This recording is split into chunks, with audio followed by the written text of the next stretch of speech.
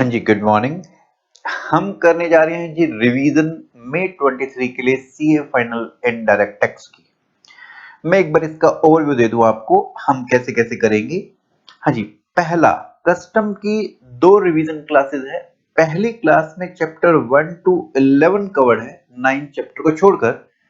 ये chapter 1 to 11 fast track revision है। Chapter 9 valuation का ये डिटेल्ड रिवीजन है। ये क्लास 2 में आपको मिलेगा और जिन नोट्स से मैंने आपको पढ़ा रखा है वो आपको लिंक में नीचे मिल जाएंगे। अगर मैं एफटीपी की बात करूं तो एफटीपी पुराने वाली क्लास ही आप जो अपलोडेड है वही देख सकते हैं। उसमें सिर्फ एक डेट का चेंज है। और अगर हम जीएसटी की बात करें तो बच्चों ने रिक्वेस्ट कर दी कि सर आप चैप्टर वाइज अलग से डालें, तो मैंने ये 22 चैप्टर की अलग अलग आपको रिवीजन क्लास दे रखी है। अगेन जहां से पढ़ाया हुआ है उन नोट्स का लिंक आपको नीचे मिल जाएगा क्लास के। अच्छा, इसमें मैंने साथ में कुछ इंपॉर्टेंट क्वेश्चंस करा रखे हैं और यही आप कर ले, ये सफिशिएंट है एग्जाम के लिए। कुछ क्वेश्चंस जो कवर्ड है उसमें से इन क्लासेस के साथ में वो इसी फाइल में मिल जाएंगे। इसका भी लिंक आपको नीचे मिल जाएगा क्लास के। और लास्ट अमेंडमेंट जो मई 23 की है, इसकी एक सेपरेट क्लास डिटेल में है। अगर आप वो देखना चाहें वो देख सकते हैं, लेकिन मैंने इन रिवीजन क्लासेस में उन अमेंडमेंट्स को कवर किया हुआ है, वो थोड़ा सा शॉर्ट में होगा। यहां आपको अमेंडमेंट डिटेल में देखनी है तो आप अमेंडमेंट डिटेल में देख सकते हैं, अदरवाइज रिवीजन क्लासेस में वो कवर्ड है अमेंडमेंट। आइए अब स्टार्ट करते हैं रिवीजन। हम क्या करने जा रही है, सबसे पहले हम रिफंड का रिवीजन करने जा रहे हैं। चैप्टर नंबर 16 तैयार है आप जी? मेन बैच फास्ट बैच फटाफट से आ जाइए रिफंड के रिवीजन के लिए। यहां हम कवर करेंगे सेक्शन 54 टू 58। 54 में रिफंड, 55 में परचेज पे कुछ लोगों को रिफंड, 56 में रिफंड पे इंटरेस्ट, 57 कंज्यूमर वेलफेयर फंड और 58 इस कंज्यूमर वेलफेयर फंड का यूज और इससे रिलेटेड रूल्स। तो आएंगे फटाफट से। Main batch 16.3, fast batch 16.2। हाँ जी, रिफंड सेक्शन 54 की एक एक्सप्लेनेशन है। वो क्या बोलती है, वो ये बोलती है कि इन चार केसेस में आप रिफंड ले सकते हैं। पहला, मतलब ये रिफंड में कई केसेस बनते हैं लेकिन चार को ये इंक्लूड करता है। पहला, अगर आपने आईजीएसटी पे करके एक्सपोर्ट किया है या एसजेड को सप्लाई करी है, मतलब जीरो रेटेड सप्लाई, तो आप इस आईजीएसटी पेड का रिफंड ले सकते हैं। नंबर 2, अगर आपने बिना आईजीएसटी पे के एक्सपोर्ट किया तो इनपुट सर्विस के क्रेडिट का रिफंड ले सकते हैं। नंबर 3, अगर आपने डीम्ड एक्सपोर्ट किया है, ये होते थे 4, अगर आपने double A holder, EPCG holder या ईओयू को गुड्स एक्सपोर्ट करे हैं या डीम्ड एक्सपोर्ट होते थे। ठीक है जी, तो इस केस में भी आप रिफंड ले सकते हैं। नंबर 4, अगर इनवर्टेड टैक्स स्ट्रक्चर है, परचेज पे जीएसटी का रेट ज्यादा है, एग्जांपल 18, सेल पर रेट कम है, एग्जांपल 5, तो आपके पास हमेशा आईटीसी खड़ा रहेगा, तो आप इस केस में भी आप रिफंड क्लेम कर सकते हैं। यहां मैं आपको नॉलेज में दे दूं क्या, जीरो रेटेड सप्लाई में आप इनवॉइस में जीएसटी चार्ज नहीं करते क्योंकि आपको रिफंड मिलना होता है। लेकिन डीम्ड एक्सपोर्ट के केस में मिस्टर ए ने अगर मान लीजिए ईओयू या डबल ए होल्डर को बेचा है तो इनवॉइस में जीएसटी चार्ज करेगा। ठीक है, तो ये जनरली इस केस में डीम्ड एक्सपोर्ट के केस में जो रिसिपिएंट ये रिफंड क्लेम करेंगे जनरली। लेकिन अगर मिस्टर ए रिफंड लेना चाहता है तो ये रिसिपिएंट जो ईओयू या डबल ए होल्डर है, इनसे अंडरटेकिंग लेनी पड़ेगी कि ये ना तो आईटीसी ले रहे हैं ना ही ये रिफंड ले रहे हैं। ओके जी, इसके बाद फिर हमने बात करी थी रिफंड लेने से पहले चेक किया जाएगा कि आपको रिफंड ड्यू बनता भी है कि नहीं। इसे हम बोला करते थे अनजस्ट एनरिचमेंट। इसे मैं एक बार स्लाइड से दिखाऊंगा अनजस्ट एनरिचमेंट को। ये तो हमारे 4 केसेस थे। यहां देखिए, हाँ जी, सेलर ने बायर को क्या बेचा, मार्कर बेचा, तो क्या इनवॉइस में जीएसटी चार्ज करता है? जी। जब ये इनवॉइस में जीएसटी रिकवर करता है, इसे हम बोलते हैं कि इसने टैक्स का बर्डन पास ऑन कर दिया। अब ये गवर्नमेंट को जीएसटी डिपॉजिट करता है। अब मान लीजिए सेलर ने एक्सेस टैक्स जमा करा दिया है। अब सेलर अगर रिफंड की एप्लीकेशन लगाने जाए, क्या रिफंड मिलना चाहिए? नहीं, ये अनजस्ट होगा। किसके साथ? बायर के साथ। तो क्या ये बायर रिफंड की एप्लीकेशन लगाने जाए तो क्या बायर को रिफंड मिल जाएगा? जी हाँ, बायर अगर रिफंड की एप्लीकेशन लगाता है तो बायर के साथ अनजस्ट नहीं है। बायर से ही अल्टीमेटली टैक्स गवर्नमेंट के पास गया हुआ है। अगर ये एक्सेस गया हुआ है तो बायर इस रिफंड को मांग सकता है रिफंड की एप्लीकेशन लगाकर। और इसने अगर फर्दर सेल अभी ना की हो तो बायर को रिफंड मिल जाएगा। लेकिन अगर सेलर रिफंड की एप्लीकेशन लगाने जाए तो सेलर रिफंड दे ना, फिर अनजस्ट है, फिर अनजस्ट है। और जब अनजस्ट होगा तो हम refund consumer welfare fund CWF में डालेंगे, कंज्यूमर वेलफेयर फंड में डालेंगे। ठीक है जी। तो यहां अनजस्ट है तो रिफंड हम कंज्यूमर वेलफेयर फंड में डालेंगे, हम सेलर को नहीं देंगे, हम सेलर को नहीं देंगे, सेलर को रिफंड नहीं देंगे हम। इसके साथ अनजस्ट के साथ वर्ड एनरिचमेंट क्यों यूज होता है, हम सेलर को डबल डबल बेनिफिट नहीं दे सकते थे ना, हम सेलर को एनरिच नहीं कर सकते बायर की कोस्ट पर, बायर की कोस्ट पर। ठीक है जी। अब यहां पर सर क्या सेलर को किसी तरीके से रिफंड मिल सकता है? हाँ, सेलर का ये जीएसटी वापस कर दे बायर को और इसका वो क्रेडिट नोट इशू कर दे।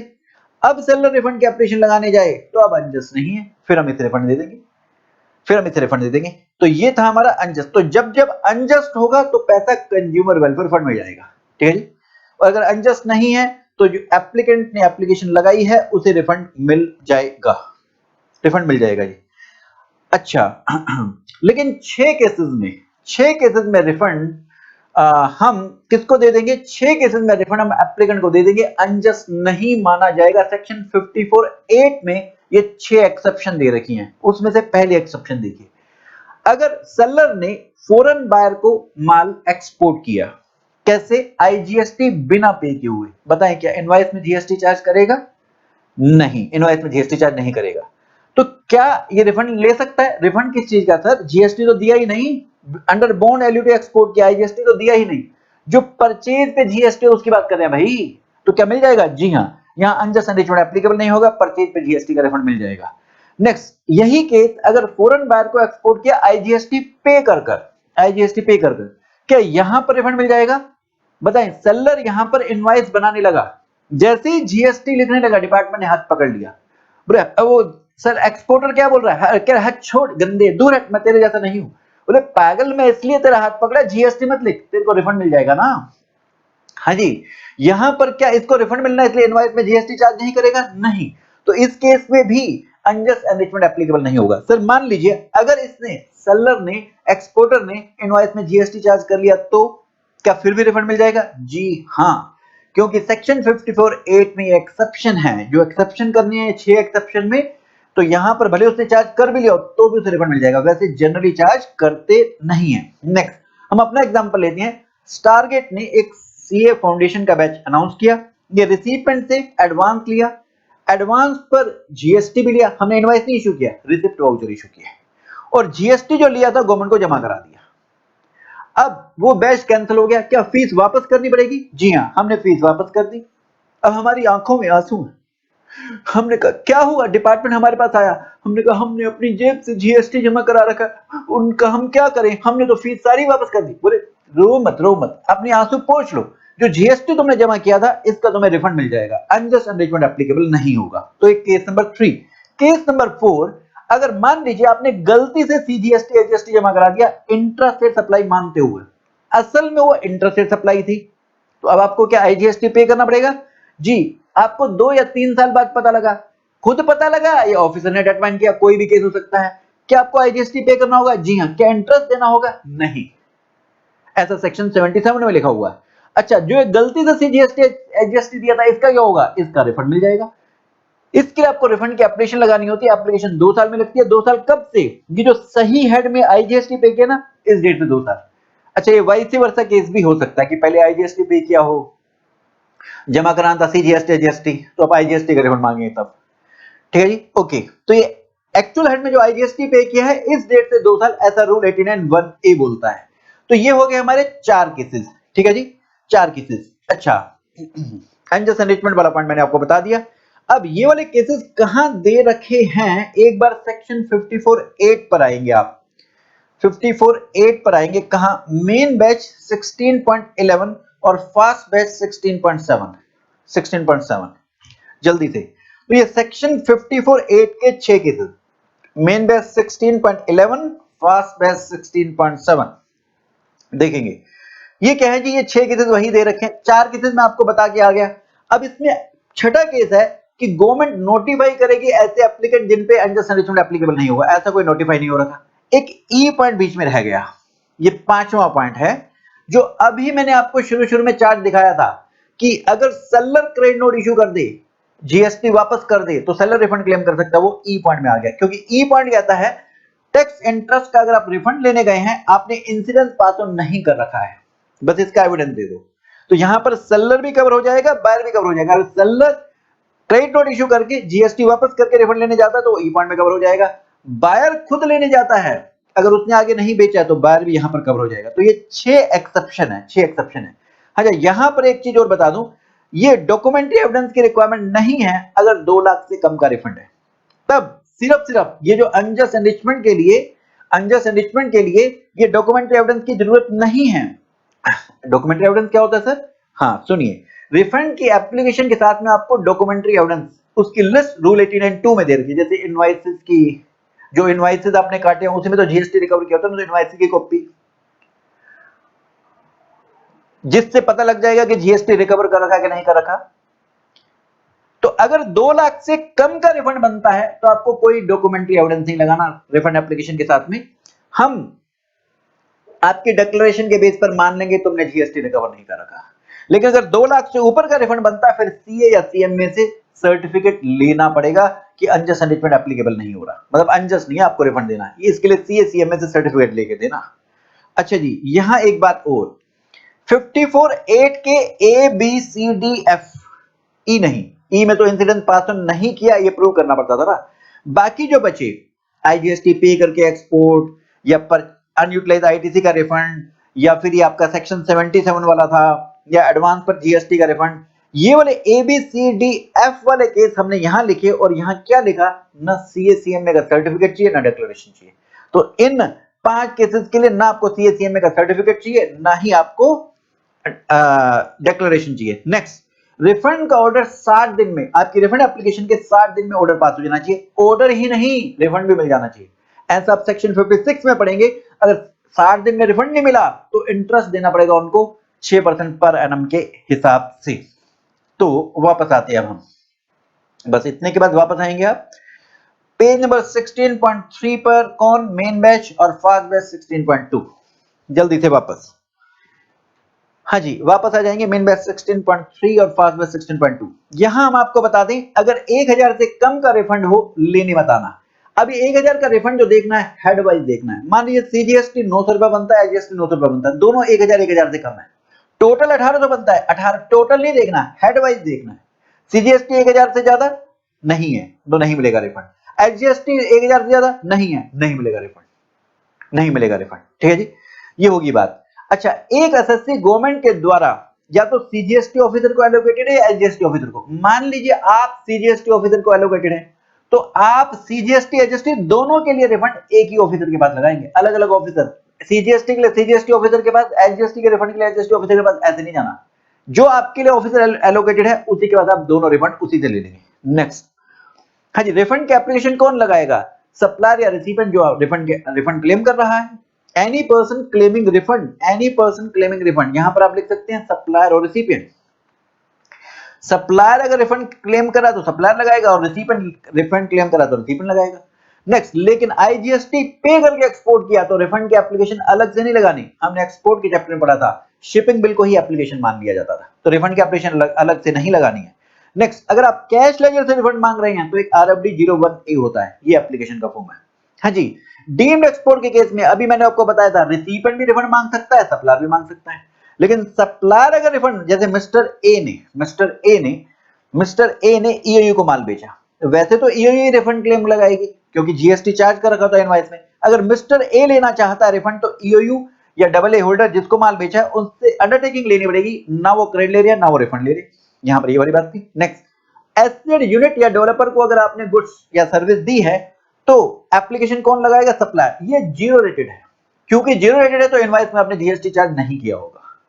इनवॉइस में जीएसटी चार्ज नहीं किया होगा तो सप्लायर ही रिफंड क्लेम लगाएगा। सप्लायर जिसने एसेट यूनिट या एसेट डेवलपर को गुड्स बेचे हैं, अच्छा, जब गुड्स एसेट में एंटर होती हैं तो वहां एसेट का ऑफिसर बैठा होता है। जैसे ट्रक एंटर करेगा, इनवॉइस देखेगा क्या क्या माल आ रहा है, उस पर साइन करेगा, तो वो वाली साइन वाली कॉपी दिखानी पड़ेगी रिफंड लेने से पहले कि गुड्स एंटर हुए हैं एसेट में।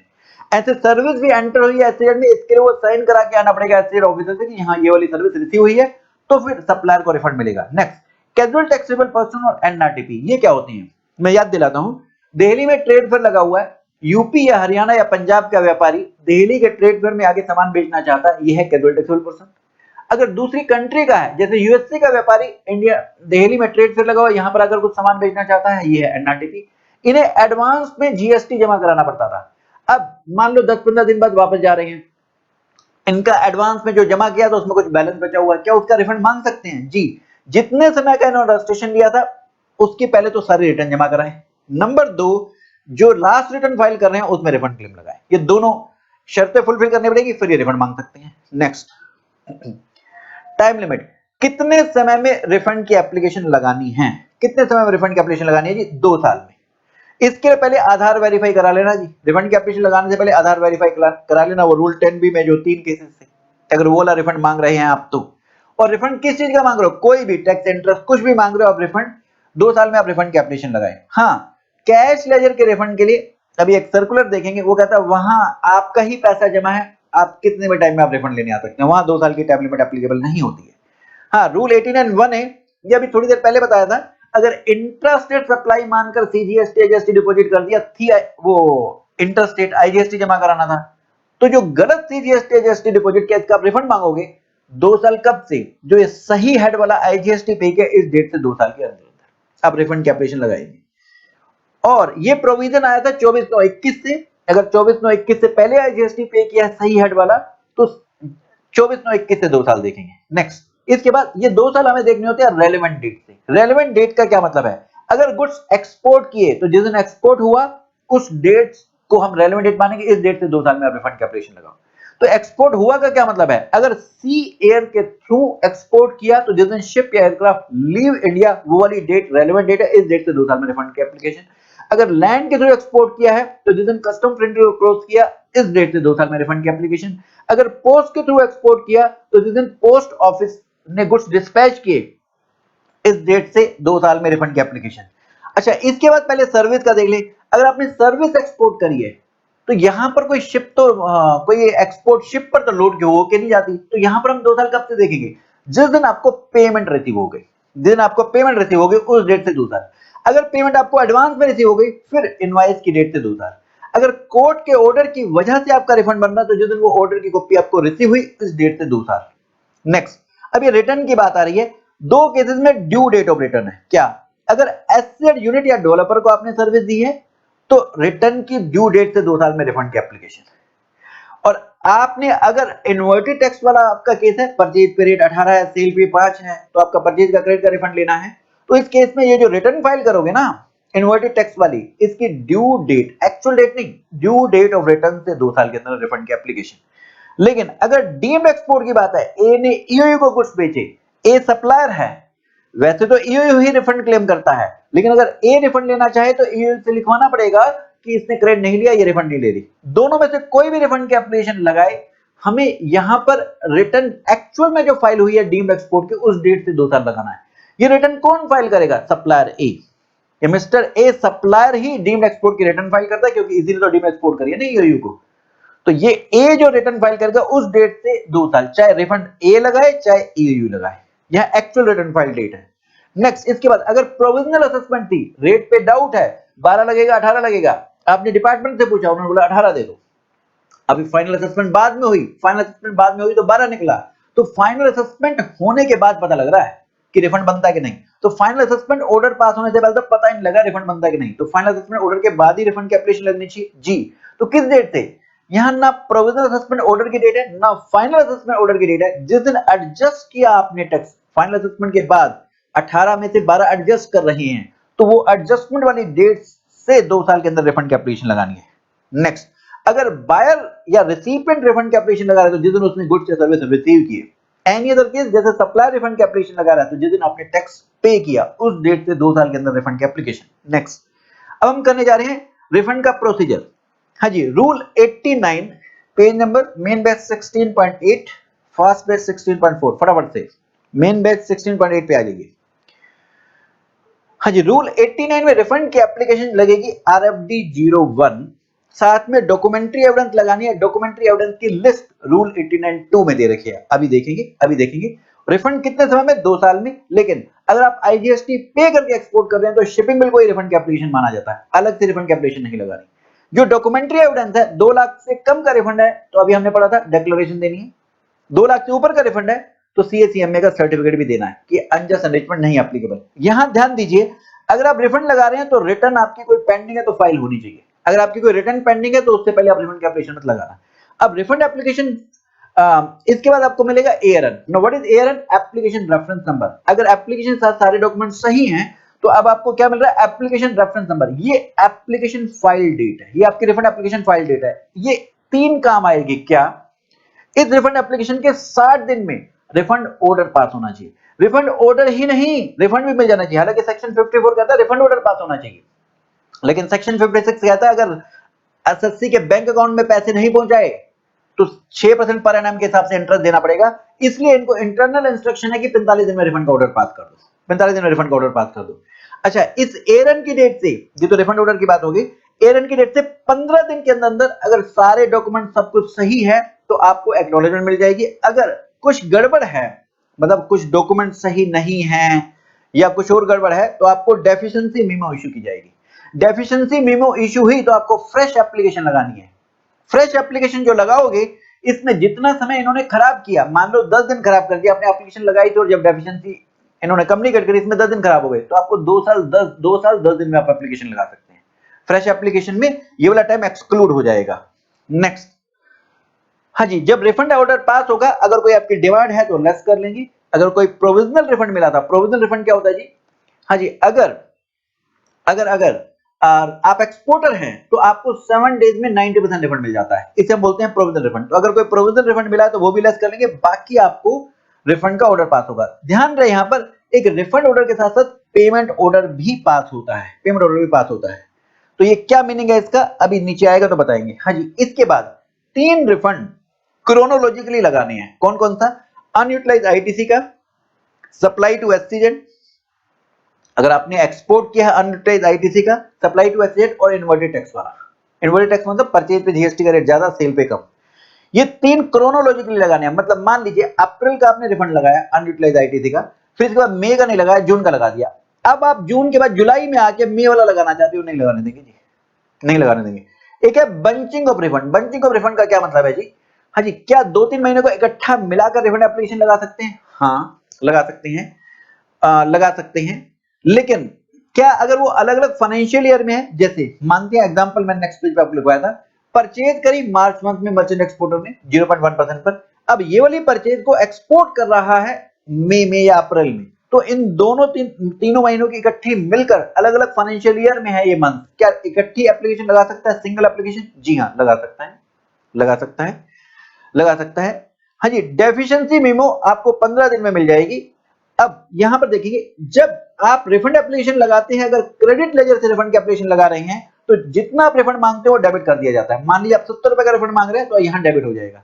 अगर आपकी रिफंड एप्लीकेशन रिजेक्ट हुई या फिर डेफिशिएंसी मेमो आई, या आप एप्लीकेशन खुद से भी विड्रॉ कर सकते हैं, अगर ऐसा हुआ तो जो आपका डेबिट हुआ था वो रिक्रेडिट हो जाएगा। वो क्या हो जाएगा? रिक्रेडिट हो जाएगा। अच्छा जी, इसके बाद हाँ जी, एक ये सर्कुलर, क्या कैश लेजर से आप रिफंड मांग रहे हैं, क्या टाइम लिमिट है ये 2 साल वाली? नहीं, कोई टाइम लिमिट नहीं है। और कैश लेजर में तो आपका खुद का पैसा जमा है। क्या अनजस्ट एनरिचमेंट वाला जो अभी डिक्लेरेशन या सर्टिफिकेट सीएसीएमए की बात कर रहे थे, 2 लाख से ऊपर 2 लाख से कम वाला, वो लगाना है? नहीं।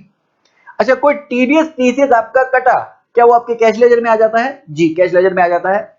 वो जो टीडीएस टीसीएस अगर आपके पास कैश लेजर में आया हुआ है और आपके पास पहले से भी कैश लेजर में पैसा था, अब आप उस एक्सेस का रिफंड लेना चाहते हैं, क्या ले सकते हैं? भाई टीडीएस टीसीएस कैश लेजर में आया या खुद से आपने कैश लेजर में जमा कराया, वो दोनों एक ही बात है। कैश लेजर है, एक्सेस है तो आप रिफंड ले सकते हैं। नेक्स्ट, यहां पर वही बात है, डीम एक्सपोर्ट के केस में, डीम एक्सपोर्ट के केस में चाहे रिफंड रिसीवमेंट ले, सप्लायर ले, जो रेलेवेंट डेट थी, वो रेलेवेंट डेट डीम्ड एक्सपोर्ट की रिटर्न जिस दिन फाइल करी वो थी। वो रिटर्न फाइल डेट कौन सी देखनी है, सप्लायर वाली या रिसिपेंट वाली? भाई ए ने ईओयू को भेजा था, ए सप्लायर था, वही डीम्ड एक्सपोर्ट की रिटर्न फाइल करता, तो सप्लायर वाली रिटर्न से हमें 2 साल देखना है, वो मैंने वहां ही बता दिया था। नेक्स्ट, इसके बाद आते हैं आगे। हाँ जी, डॉक्यूमेंट्री एविडेंस की बात आप कर रहे हैं। जो एप्लीकेशन के साथ डॉक्यूमेंट्री एविडेंस लगाने हैं, जरा रूल 89(2) में उसकी बात करते हैं। अगर कोर्ट के ऑर्डर की वजह से आपका रिफंड बन रहा है तो वो कोर्ट के ऑर्डर की कॉपी आपको रिफंड एप्लीकेशन के साथ लगानी है। अगर प्री डिपॉजिट किया था, ये प्री डिपॉजिट क्या होता है जी, जब आप अपील लगाते हैं डिमांड ऑर्डर के अगेंस्ट में, तो कुछ आपकी डिमांड को जमा कराना होता है, उसे हम प्री डिपॉजिट बोलते हैं। अगर आप अपील जीत गए तो आपको रिफंड मिलेगा। तो जो प्री डिपॉजिट किया था वो आप रिफंड लेंगे जी। तो इस प्री डिपॉजिट का रेफरेंस नंबर आपको देना होगा एप्लीकेशन, रिफंड के एप्लीकेशन के साथ में। नेक्स्ट, अगर आपने सर्विस एक्सपोर्ट करी, तो सर्विस एक्सपोर्ट किससे पता लगती थी, कोई शिपिंग बिल नहीं बनता इसका, कोई एक कस्टम पोर्ट पर शिप में लोड होकर नहीं जाती, इसलिए ये कैसे पता लगता है, पैसे आ गए इंडिया में। तो ये इसके लिए BRC FIRC certificate, bank relation certificate या फॉरेन इनवर्ड ड्राफ्ट, ये इससे पता लगता है पैसे आ गए। तो ये वाला सर्टिफिकेट दिखाओ इनवॉइस के साथ में, किसके साथ, एप्लीकेशन के साथ में, ये लगाओ। दूसरा, इनवॉइस की नंबर डेट, ये सब ऑनलाइन ही सबमिट होता है, फिजिकली वहां जाकर जमा नहीं कराना। नेक्स्ट, अगर गुड्स एक्सपोर्ट किए हैं, इलेक्ट्रिसिटी को छोड़ो, इलेक्ट्रिसिटी के लिए बाद में बात करते हैं, गुड्स एक्सपोर्ट कस्टम पोर्ट पर जाता है माल, तो शिपिंग बिल या बिल ऑफ एक्सपोर्ट होगा आपके पास में, उसकी नंबर डेट और इनवॉइसेस की नंबर डेट। हाँ जी, क्या यहां पर भी बीआरसी एफआईआरसी की रिक्वायरमेंट होगी? रूल 96 बी पढ़ा था हमने एक्सपोर्ट वाले चैप्टर में। अगर आपका ये पैसा नहीं आया, फॉरेन करेंसी नहीं आई इंडिया में, तो रिकवर कर लेंगे। तो यहां पर भी जरूरत पड़ ही जाएगी, फिर तो जरूरत पड़ ही जाएगी। हालांकि रूल 89 में नहीं लिखा हुआ, रूल 96 बी से कनेक्ट करके हमने बताया। नेक्स्ट, इलेक्ट्रिसिटी अगर आपने एक्सपोर्ट करी, इसके लिए इलेक्ट्रिसिटी अगर आपने एक्सपोर्ट करी है, तो इसके लिए अमेंडमेंट हुई है क्या? हाँ जी, इसका रिफंड का प्रोसीजर बताया गया है। अब यहां पर इलेक्ट्रिसिटी कोई शिप में तो लोड होकर जाती नहीं, या ट्रक में लोड होकर जा रही हो, एक्सपोर्ट हो रही हो, नहीं, वो तो तार लगी हुई है ना, वो तारों के थ्रू बिजली जा रही है। तो अब कितनी इलेक्ट्रिसिटी एक्सपोर्ट हुई है, क्या डिपार्टमेंट वहां बिजली की तार पकड़ कर देखेगा? 1.5 लाख वोल्ट का करंट है, हड्डियां भी नहीं बचेगी, जल के राख हो जाएगा। तो यहां पर वो उसके लिए कैसे पर चेक करेगा? इसके लिए गवर्नमेंट की एक कमेटी है, आरपीसी, रीजनल पावर कमेटी, ये एक अकाउंट बनाती है मंथली, रीजनल एनर्जी अकाउंट। इसमें एक स्टेटमेंट होती है जिसमें लिखा होता है कितनी एनर्जी एक्सपोर्ट करी, वो स्टेटमेंट इसको लगानी पड़ेगी। नंबर 2, इनवॉइसेस की नंबर डेट तो लगाएगा। इसके अलावा मान लीजिए नेपाल में या बांग्लादेश में हमने एक्सपोर्ट करी इलेक्ट्रिसिटी, तो जो बायर के साथ बायर के साथ में कॉन्ट्रैक्ट हुआ होगा, एग्रीमेंट हुआ होगा, उसकी कॉपी कि हम पर यूनिट बिजली कितनी हुई उसको एक्सपोर्ट कर रहे हैं। ये 3 डॉक्यूमेंट लगाने होंगे। नेक्स्ट, अगर एसेट यूनिट को गुड्स या सर्विस आपने दी है, तो एक बात तो कॉमन है, वो कॉमन क्या है जी?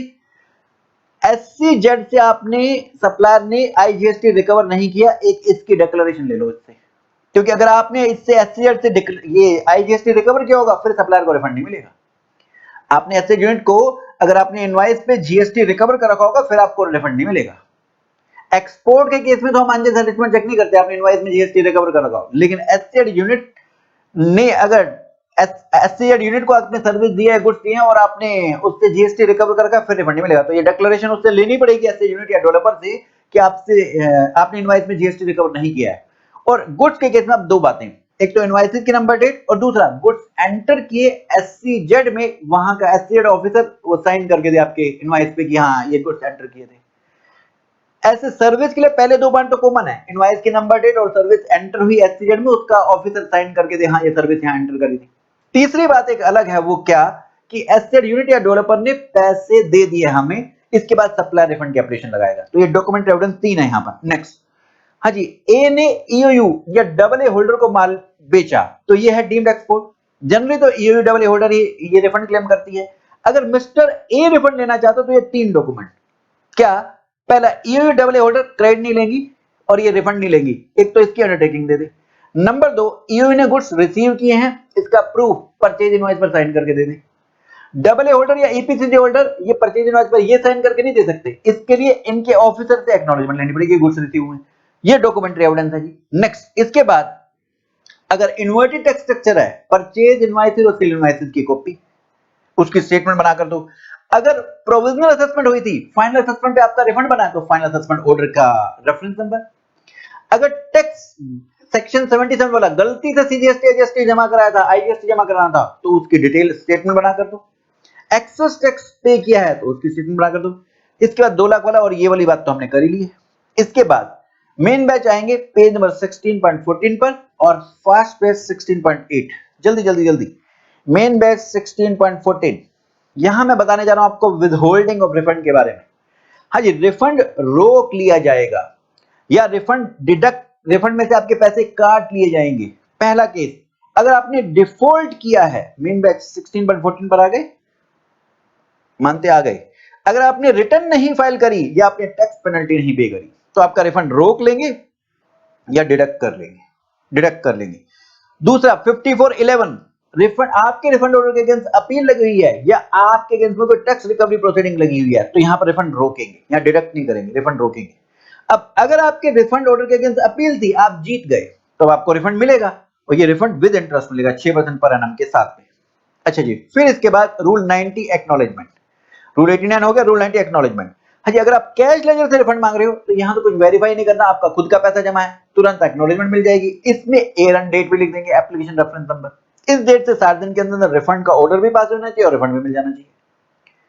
हालांकि सेक्शन 54 कहता है रिफंड ऑर्डर के लिए अगर अदर देन कैश लेजर वाला रिफंड है तो वो चेक करेगा, वेरीफाई करेगा, 15 दिन के अंदर या तो एक्नॉलेजमेंट मिलेगी या डेफिशिएंसी मेमो मिलेगी। तो वो क्या चेक करेगा, ऊपर जो आपने डॉक्यूमेंट्री एविडेंस पढ़े, क्या रूल 89(2) वाले वो आपकी वो ऐड है एप्लीकेशन के साथ में है।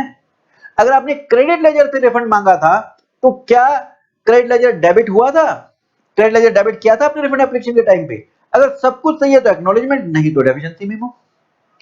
और एक्नॉलेजमेंट में एरर लिख देगा, इस डेट से 7 दिन में रिफंड ऑर्डर। और अगर डेफिशिएंसी में हो तो फिर फ्रेश एप्लीकेशन लगाओ और जितना सामान उन्होंने खराब कर दिया 2 साल में वो इंक्लूड नहीं करेंगे। नेक्स्ट, हाँ जी, यहां पर अगर जीरो रेटेड सप्लाई है जैसे एक्सपोर्ट है तो 7 डेज में आपको 90% रिफंड मिल जाएगा। लेकिन जो चोर हैं उनको ये प्रोविजनल रिफंड नहीं मिलेगा। चोर मतलब जो 2.5 करोड़ से ऊपर की चोरी पिछले 5 साल में और जेल में बिठाएगा, उनको ये प्रोविजनल रिफंड नहीं मिलेगा और ये रिफंड आपके बैंक अकाउंट में आएगा। इसके लिए पेमेंट ऑर्डर पास होगा। अच्छा, इसके लिए नेक्स्ट पेज पे आएंगे, ये जो पहला नोट है इसके लिए नीचे मैंने एक टेबल बना रखा है, एग्जांपल बना रखा है। हाँ जी, एक होता है रिफंड ऑर्डर, एक होता है पेमेंट ऑर्डर, तो ये दोनों एक साथ पास होती हैं। जो रिफंड ऑर्डर पास कर रहा वो एक्चुअल में रिफंड नहीं देगा, रिफंड देने वाला बंदा कोई और होगा। ठीक है, तो रिफंड ऑर्डर, इसके बाद पेमेंट ऑर्डर, पेमेंट ऑर्डर पर एडवाइस दे देते हैं उन ऑफिसर को कि ये बैंक अकाउंट में डालो इनके पैसे। रिफंड ऑर्डर 10 जुलाई 19 को पास हुआ, पेमेंट ऑर्डर भी 10 जुलाई 19 को पास हुआ, मतलब दोनों 2019-20 में ही पास हो रखे हैं। अगर रिफंड सेम ईयर में मिल जाता है तो रिफंड ऑर्डर और पेमेंट ऑर्डर सही है। लेकिन सेकंड केस, पेमेंट एक्चुअल में आपके बैंक में पैसा रहा 2020-21 में, तो यहां पर रिफंड ऑर्डर तो सही माना जाएगा लेकिन पेमेंट ऑर्डर आपको फ्रेश इशू कराना पड़ेगा। इसे हम बोलते हैं रीवैलिडेशन। आप इसको रीवैलिडेट कराओ, पेमेंट ऑर्डर आपका खराब हो गया, आप नया फ्रेश इशू कराओ, फिर आपको रिफंड बैंक अकाउंट में आएगा। नेक्स्ट, हाँ जी, नेक्स्ट पॉइंट ये मैं आपको बता ही चुका कि रिफंड एप्लीकेशन आप विड्रॉ कर सकते हैं। लेकिन रिफंड एप्लीकेशन विड्रॉ कब कर सकते हैं, कोई भी ऑर्डर पास ना हुआ, refund order, payment order, provisional refund order या फिर ये विदहोल्ड वाला ऑर्डर ये पास ना हुआ, उससे पहले पहले आप विड्रॉ कर सकते हैं। और विड्रॉ करेंगे तो अगर आपके क्रेडिट कैश लेजर से आपने डेबिट किया था वो रिक्रिएट हो जाएगा। मेन बैच 16.15 और फास्ट बैच 16.9, जरा रूल 92, इसमें रिफंड ऑर्डर पास होगा। अगर आपका कोई प्रोविजनल रिफंड है तो लेस कर देंगे, अगर आपकी कोई डिमांड एडजस्ट करी है तो वो भी लेस कर दिया जाएगा। अगर आपका रिफंड विदहोल्ड किया है तो RFD 07 पार्ट ए में लिखकर बताएंगे क्यों विदहोल्ड किया है। और मान लीजिए रिटर्न नहीं फाइल करी थी इसलिए विदहोल्ड किया था, अब अगर आप रिटर्न फाइल कर देते हैं तो फिर रिलीज ऑर्डर पास होगा और उसके बाद रिफंड का फाइनल ऑर्डर। अब रिफंड अगर आपको ड्यू बनता है तो आपके अकाउंट में पैसा आ जाएगा, अगर रिफंड ड्यू नहीं बनता है, रिफंड तो बनता है लेकिन आपको नहीं देना बनता क्योंकि आपने बायर से रिकवर कर रखा है, तो ये पैसा कंज्यूमर वेलफेयर फंड में डाला जाएगा। और हाँ जी, एक इसके लिए जो अगला नोट है इसके लिए हमने क्वेश्चन कराया था आपको, मैं एक बार वही क्वेश्चन बैंक से दिखा देता हूं।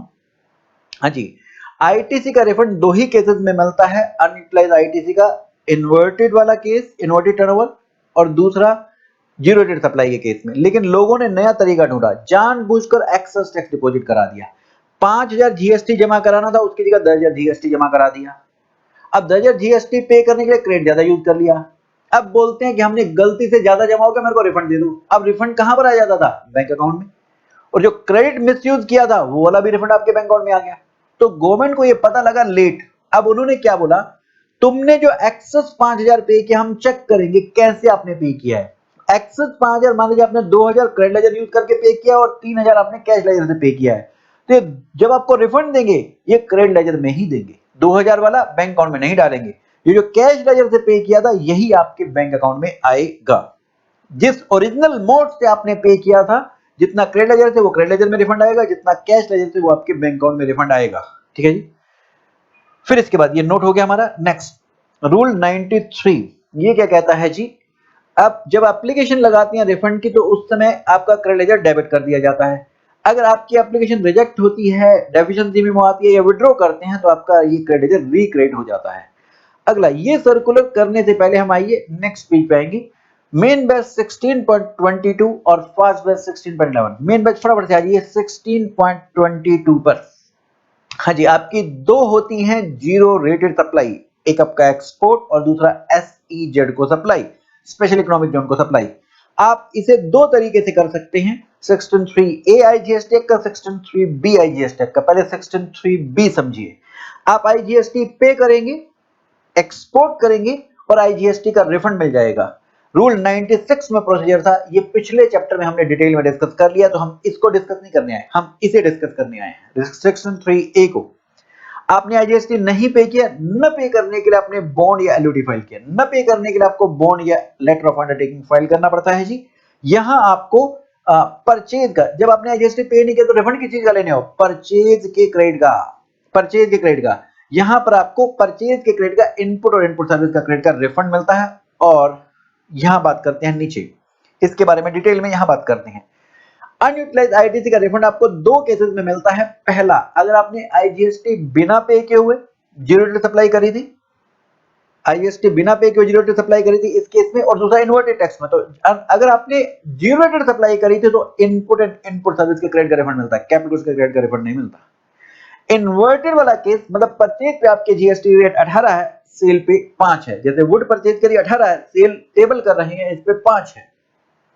सेम चीज नहीं बेच रहे, कुछ और बनाकर बेच रहे हैं। यहां सिर्फ इनपुट के क्रेडिट का रिफंड मिलेगा, सिर्फ इनपुट, इनपुट सर्विस का भी नहीं, कैपिटल गुड्स का तो मिलता ही नहीं, सिर्फ इनपुट का रिफंड मिलेगा। ध्यान रहे, इन्वर्टेड वाले केस में अगर आपका सेल पर रेट निल हुआ या एग्जम्प्ट हुआ तो नहीं मिलेगा रिफंड इन्वर्टेड वाले केस में। हाँ, अगर जीरो रेट सप्लाई कर रहे हैं एग्जम्प्ट गुड्स की तो आपको परचेज का रिफंड मिलता है, लेकिन अगर आप इन्वर्टेड वाला केस है, निल एग्जाम सप्लाई कर रहे हैं, रिफंड नहीं मिलेगा। और अगर आपके केस में गुड सर्विसेज नोटिफाई कर रखे हैं तो ये इन्वर्टेड वाले केस में नोटिफाई कर रखे हैं, अगर आप इनको इंडिया में सेल करेंगे तो रिफंड नहीं मिलेगा। हाँ, अगर इन्हीं गुड्स को आप एक्सपोर्ट कर दो तो रिफंड मिल जाएगा। अगर इंडिया में बेचेंगे, अगर इन्वर्टेड के लिए नोटिफाइड है तो रिफंड नहीं मिलेगा। अब इस पॉइंट के लिए, जीरो रेटेड के लिए कुछ 3 पॉइंट और कि रिफंड कब नहीं देंगे अनयूटिलाइज्ड आईटीसी का। अगर आपके एक्सपोर्ट पर, आपके प्रोडक्ट के एक्सपोर्ट पर एक्सपोर्ट ड्यूटी लगती है, एक्सपोर्ट ड्यूटी लगती हो, जैसे एग्जांपल 10%, अगर ड्यूटी निल है तो फिर नहीं लगती, फिर एग्जम्प्ट है नहीं लगती, सीटीए 1975 में नहीं लिखा हुआ एक्सपोर्ट ड्यूटी में तो नहीं लगती, नहीं लगती तो रिफंड ले सकते हो। अगर एक्सपोर्ट ड्यूटी लगती है तो इसका मतलब भारत सरकार उसको प्रमोट नहीं कर रही है उसके एक्सपोर्ट को, तो हम उस केस में आपको रिफंड भी अनयूटिलाइज्ड आईटीसी का नहीं देंगे। नंबर 2, ये पहले ये वाला पॉइंट देखिए, अगर आपने आईजीएसटी पे करके एक्सपोर्ट किया तो आपने आईजीएसटी का रिफंड मांग लिया, फिर आप अनयूटिलाइज्ड आईटीसी का रिफंड क्या लेने आए हो यहाँ पर, तो यहां से निकलो। नेक्स्ट थर्ड केस, अगर आपने कस्टम में जीएसटी का रिफंड ले लिया ड्यूटी ड्रॉबैक के नाम से, शुरुआत में 2017 में जब जीएसटी आया, जुलाई अगस्त सितंबर 3 महीने तक जीएसटी का पोर्टल तैयार नहीं था रिफंड देने के लिए, तो इन्होंने क्या किया, इन्होंने बोला सुनो जी, आप यहां पर ड्यूटी ड्रॉबैक का रेट हम बढ़ा देते हैं, जिसमें सीजीएसटी का पोर्शन हम इंक्लूड करके रेट हाइयर कर देते हैं, आप ये रिफंड ले सकते हैं। तो कुछ उन्होंने अवेल कर लिया। अगर आपने वो अवेल कर लिया तो यहां पर आप अनयूटिलाइज्ड आईटीसी का दोबारा रिफंड नहीं लेंगे, ठीक है। लेकिन आज की अगर हम बात करें, आज की हम बात करें तो बीसीडी का रिफंड ड्यूटी ड्रॉबैक के नाम से मिलता है और जीएसटी का रिफंड जीएसटी में मिल रहा है, तो तब आप अनयूटिलाइज्ड आईटीसी का रिफंड ले सकते हैं अगर आपने बीसीडी का ही आप ड्रॉबैक लिया है तो। हाँ जी, उस समय की बात करें, शुरुआत में 3 महीने जब कस्टम में ड्यूटी ड्रॉबैक मिल रहा था, जीएसटी का रेट इंक्रीज कर कर, उसमें सीजीएसटी इंक्लूड था, उसमें एसजीएसटी नहीं, तो एसजीएसटी का आप अलग से रिफंड तब भी ले सकते थे। अच्छा, ये सर्कुलर भी हो गया। अब आते हैं रूल 8944A4B, इस पर थोड़ा चिंतन मनन करेंगे। क्या 89.4 एग्जांपल लेते हैं, आपने वुड परचेज करी, इससे बनाई टेबल, टेबल को किया आपने एक्सपोर्ट, आप अंडर बॉन्ड एलयूटी एक्सपोर्ट कर रहे तो आप आईजीएसटी नहीं देंगे जी, आईजीएसटी नहीं देंगे। तो अब आपको किस चीज का रिफंड चाहिए, जब आपने आईजीएसटी दिया ही नहीं तो परचेज का, वो जो वुड पर जीएसटी दे रखा उसका रिफंड चाहिए। ये रिफंड फॉर्मूला बेस्ड होगा। फॉर्मूला बेस्ड कैसे होगा जी, जो आपका नेट आईटीसी इनपुट और इनपुट सर्विस का, यहां ध्यान रहे सिर्फ इनपुट सर्विस के क्रेडिट का रिफंड है, कैपिटल गुड्स के क्रेडिट का रिफंड नहीं है, जीरो रेटेड सप्लाई है ना। इनपुट सर्विस के क्रेडिट को हम बोल रहे हैं नेट आईटीसी, इनटू में ऊपर जीरो रेटेड टर्नओवर, एक्सपोर्ट वाली turnover, divided by adjusted total turnover. भाई हो सकता है ना आप इंडिया में भी बेचते हो और फॉरेन कंट्री में एक्सपोर्ट करते हो, तो इस फॉर्मूले के हिसाब से आपका रिफंड निकल कर आएगा। ध्यान दीजिए, ये वाला रिफंड का जो अमाउंट निकल के आएगा ये मैक्सिमम रिफंड है, ये मैक्सिमम रिफंड है। तो अब इसका पिछले पेज से लिंक है। अगर आपका मैक्सिमम रिफंड बनता है फॉर्मूले के हिसाब से 1.5 लाख, जब आपने रिफंड की एप्लीकेशन लगाई उस समय आपके क्रेडिट लेजर में बैलेंस था 1 लाख, तो दोनों में से लोअर क्या हुआ 1 लाख, 1 लाख रिफंड मिलेगा जी। और तीसरा पॉइंट एक और देखेंगे, जिस पीरियड के लिए आप रिफंड की एप्लीकेशन लगा रहे हैं उस पीरियड के 3B रिटर्न फाइल करने के बाद आपके पास क्रेडिट लेजर में बैलेंस मान लीजिए 1,10,000, तो अब इन तीनों में से लोअर क्या है 1 लाख, 1 लाख का रिफंड मिलेगा। यही पॉइंट आप रूल 89(5) जब इन्वर्टेड टैक्स वाला पॉइंट रिवाइज करेंगे वहां पर भी यही है। तो फॉर्मूले के हिसाब से रिफंड, जिसमें रिफंड की एप्लीकेशन लगा उसमें क्रेडिट लेजर में कितना बैलेंस है, और जिस पीरियड के लिए आप रिफंड की एप्लीकेशन लगा रहे हैं उसकी 3B रिटर्न फाइल होने के बाद में कितना आपके पास लेजर में बैलेंस था, इन तीनों में से जो लोअर होगा वो रिफंड मिलेगा। अब जो रिफंड आपका बना वो 1 लाख बना, अब आप अपने क्रेडिट लेजर को डेबिट करेंगे। जब आप रिफंड की एप्लीकेशन लगाते हैं क्रेडिट लेजर से, तो क्रेडिट लेजर को डेबिट करना होता है, तो किस तरीके से डेबिट करेंगे? सबसे पहले आईजीएसटी का बैलेंस है उसे डेबिट करो। मान लिया आईजीएसटी का 70,000 है तो उसको डेबिट कर दो। अब जो बाकी बचा वो सीजीएसटी आईजीएसटी में इक्वली, वो आप डेबिट कर दीजिए और फिर आप चलिए रिफंड की एप्लीकेशन के बाद। अब रूल 89(4) का मैंने एक आइडिया दे दिया आपको, डिटेल में अभी डिस्कस करेंगे। रूल 89(4)A सुनो उससे पहले। हाँ जी, ये डीम्ड एक्सपोर्ट वाले बंदे हैं जो परचेज कर रहे हैं, डीम्ड एक्सपोर्ट वाले बंदे हैं जो परचेज कर रहे हैं। For example AA holder, advance authorisation holder, जिसके पास इंपोर्ट लाइसेंस है या जो ईओयू है, अगर इनके पास मान लीजिए मेरे पास एक बिस्किट का 500 केजी का ऑर्डर आ गया, मैं गवर्नमेंट के पास जाता हूं डीजीएफटी के पास में कि मेरे पास 500 केजी बिस्किट का ऑर्डर आया, मेरे को इंपोर्ट लाइसेंस दे दो, एडवांस ऑथराइजेशन उसे बोलते हैं, वो दे दो ताकि मैं बिना ड्यूटी जीएसटी के इंपोर्ट कर पाऊं रॉ मटेरियल। तो बिस्किट बनाने के लिए मैदा चाहिए था, मेरे को उन्होंने दे दिया एडवांस ऑथराइजेशन, इसको दिखाकर मैंने इंपोर्ट किया और आईजीएसटी नहीं दिया। अब मेरे को बिस्किट बनाने के लिए शुगर भी चाहिए, तो मैंने शुगर परचेज करी विद इन इंडिया, इंडिया से परचेज करी, इस पर मेरे को जीएसटी लगकर मिलेगा। तो जो बंदा डीम्ड एक्सपोर्ट, मतलब जो बंदा मिस्टर ए AA होल्डर को बेच रहा है, मिस्टर ए के लिए डीम्ड एक्सपोर्ट है लेकिन इनवॉइस में जीएसटी चार्ज करेगा। अब AA होल्डर इससे बिस्किट बनाकर एक्सपोर्ट कर रहा है, ये एक्सपोर्ट आपको ध्यान हो अंडर बॉन्ड या एलयूटी ही हो सकती है, हमने एक्सपोर्ट के चैप्टर में किया था, आईजीएसटी पे कर नहीं, रूल 96 के साथ बताया था। तो ये वाले डीम्ड एक्सपोर्ट में अगर आपने परचेज किया, आप अंडर बॉन्ड या एलयूटी ही एक्सपोर्ट कर सकते हैं। अब इसने मैदा पर तो जीएसटी नहीं दिया था, लेकिन जो ये शुगर पर जीएसटी दे रखा है, क्या इसका रिफंड मिल जाएगा? जी हाँ, ये इसका एक्चुअल रिफंड मिलेगा, फॉर्मूला बेस नहीं, ये 89(4) में से एक्चुअल रिफंड मिलेगा। नेक्स्ट, आप मर्चेंट एक्सपोर्टर हैं, आपने परचेज करी तो जीएसटी कितना लगता है? 0.1%, हमने एक्सपोर्ट के चैप्टर में किया था, पिछले चैप्टर में। तो 0.1%, 9 कंडीशन फुलफिल करनी पड़ती थी, ठीक है। तो ये 0.1% पे करके आपने परचेज किया। अब आप इसे एक्सपोर्ट कर रहे हो, इस शर्ट को, जो चीज परचेज करी वही आप एक्सपोर्ट कर रहे हो, ये भी एक्सपोर्ट आप अंडर बॉन्ड एलयूटी ही कर सकते हैं, आईजीएसटी पे करके नहीं। लॉजिक वहां समझाया था मैंने आपको, ठीक है। अब मर्चेंट एक्सपोर्टर ने जो परचेज पे 0.1% दिया था, क्या इसका ऐसे एक्चुअल रिफंड मिलेगा? जी हाँ, यहां पर भी फॉर्मूला बेस नहीं है, ये 0.1% का ऐसे एक्चुअल रिफंड मिलेगा, एक्चुअल रिफंड मिलेगा। हाँ जी। अब यहां से देखिए कंपेयर करके, आप मान लीजिए वुड परचेज करके टेबल बेचते हो, इसके अलावा शर्ट आपको 0.1% पे करके मिल जाती है, मतलब आप 89(4) में भी काम कर रहे हो, 89(4)B में भी काम कर रहे हो। 9 कंडीशन फुलफिल होने पे 0.1% लगता था, लेकिन आपने 9 कंडीशन फुलफिल नहीं करी तो आपको यहां पर ये 0.1% नहीं लगा। एक्चुअल रेट जो वुड पे लगता था जीएसटी का मानते हैं 12, तो वही 12 ही लगा। इससे टेबल बनाकर एक्सपोर्ट कर रहे हैं। अब अगर आप 89(4) वाला भी काम कर रहे हैं, आप टेबल भी बेच रहे हैं और आप ये शर्ट परचेज करके भी एक्सपोर्ट कर रहे हैं, मर्चेंट ये वाली परचेज कंसेशन रेट वाली है, तो जब आप नेट आईटीसी निकालो यहां पर 89(4) में, इसमें से 89(4)B में जो आईटीसी का रिफंड लिया वो माइनस कर लेना, क्योंकि ये तो एक्चुअल रिफंड ले लिया ना, तो नेट आईटीसी में से इसे माइनस कर लेना। और इस शर्ट की टर्नओवर अपनी एक्सपोर्ट टर्नओवर, ड्यूरेटिव टर्नओवर और एडजस्टेड टोटल टर्नओवर में दोनों में से माइनस कर लेना, क्योंकि वो तो आपने वहां रिफंड ले लिया ना जी। ऐसे ही अगर आप 89(4) और 4A दोनों में काम कर रहे हो, आप AA होल्डर हो, इसके लिए तो आपको लाइसेंस मिल गया, मैदा के लिए लाइसेंस मिल गया, लेकिन वुड आपने पहले ऑलरेडी परचेज कर रखी थी, उसके बाद एक्सपोर्ट ऑर्डर आया टेबल का। तो अगर आप दोनों काम कर रहे हैं 89(4) और 4A में, अगेन 89(4)A में जो आपने आईटीसी का रिफंड ले लिया, अपनी इस नेट आईटीसी में से माइनस कर लेना। और जो इस बिस्किट की टर्नओवर है, ये अपनी export turnover adjusted total turnover में से माइनस कर लेना। इसका मतलब ये हुआ नेट आईटीसी में से 18 एंड 4A और 4B वाला आईटीसी का जो रिफंड लिया वो माइनस करना है, और जो एक्सपोर्ट की टर्नओवर है, जीरोटेड टर्नओवर, एडजस्टेड टोटल टर्नओवर, इसमें से 18 एंड 4A 4B वाली टर्नओवर माइनस करनी है। मैंने इस पे क्वेश्चन कराया था आपको, ठीक है जी। अच्छा ये बात लिखी है जी। नेक्स्ट पेज पे आएंगे। 18 एंड 4 का जो हमारा फॉर्मूला है, यहां नेट आईटीसी में से 18 एंड 4A 4B वाला आईटीसी माइनस करना है, और जो आपकी टर्नओवर जीरोटेड सप्लाई की है इसमें से 18 एंड 4A 4B वाली टर्नओवर माइनस करनी है, और जो आपकी एडजस्टेड टोटल टर्नओवर है इसमें से भी 18 एंड 4A 4B वाली टर्नओवर माइनस करनी है। अब आगे सुनिए जी। हाँ जी, ये जो निकल के आ रहा है ये मैक्सिमम रिफंड निकल के आ रहा है। तीन में से जो लोअर होता है वो लेना होता है, हमें एक्चुअल रिफंड वही मिलता है। नेट आईटीसी तो हो गया हमारा। अब ये turnover of zero rated supply of goods, इसके बारे में थोड़ा सा सुनिए। हाँ जी, यहां हम जीरोटेड सप्लाई ऑफ गुड्स कौन सी बात करें, जो अंडर बॉन्ड या एलयूटी है, मतलब आईजीएसटी बिना पे को एक्सपोर्ट करी है, अंडर बॉन्ड या एलयूटी है, तभी तो आप परचेज की आईटीसी का रिफंड मांग रहे हैं ना। ये रेलेवेंट पीरियड की लेनी है। Now what is relevant period? Relevant period का मतलब है जिस पीरियड के लिए आपने रिफंड की एप्लीकेशन लगाई, जिस पीरियड की रिटर्न गई वो नहीं। आप 2 महीनों की इकट्ठी, 3 महीनों की इकट्ठी भी रिफंड की एप्लीकेशन लगा सकते थे। तो जिस पीरियड की आप रिफंड की एप्लीकेशन लगा रहे हैं वो है रेलेवेंट पीरियड, तो वो वाली टर्नओवर लेनी है हमें यहां पर। अच्छा, यहां पर एक मुख्य बात क्या, वो ये जो इस बार अमेंडमेंट हुई, वो अमेंडमेंट क्या हुई? हाँ जी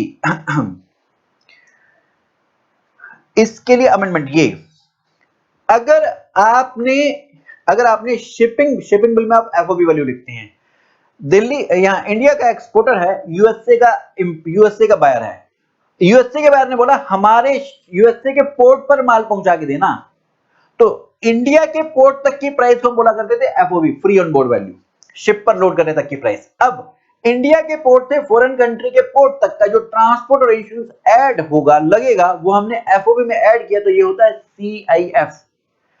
अब सीआईएफ हमारा कॉन्ट्रैक्ट है, तो हमने इनवॉइस में जो चार्ज किया होगा वो सीएफ वैल्यू चार्ज की होगी, लेकिन शिपिंग बिल में हमें एफओबी वैल्यू लिखनी होती है।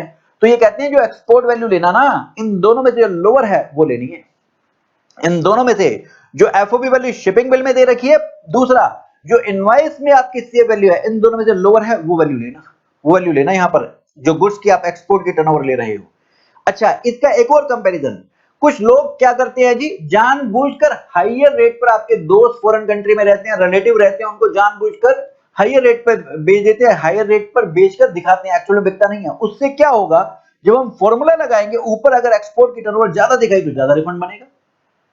तो इन्होंने एक और चीज बोली, अब ये वाला लेस वाला तो ले लिया, इसके बाद एक और लेस करना, वो क्या, यही गुड्स अगर आप इंडिया में बेचते उसका 1.5 गुना कर लो। यही गुड्स अगर आप इंडिया में बेचते, अगर आप इंडिया में नहीं बेचते तो कोई और बंदा सिमिलर गुड्स बेचता हो तो उसका 1.5 गुना कर लो, जो दोनों में से लेस होगा वो आपकी एक्सपोर्ट की टर्नओवर मानी जाएगी। ये हो गया हमारा गुड्स का।